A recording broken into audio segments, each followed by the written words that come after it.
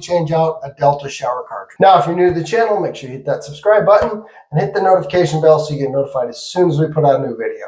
Now, let's get back to the video. Now, before we can actually start pulling this apart, we need to make sure we shut off our water.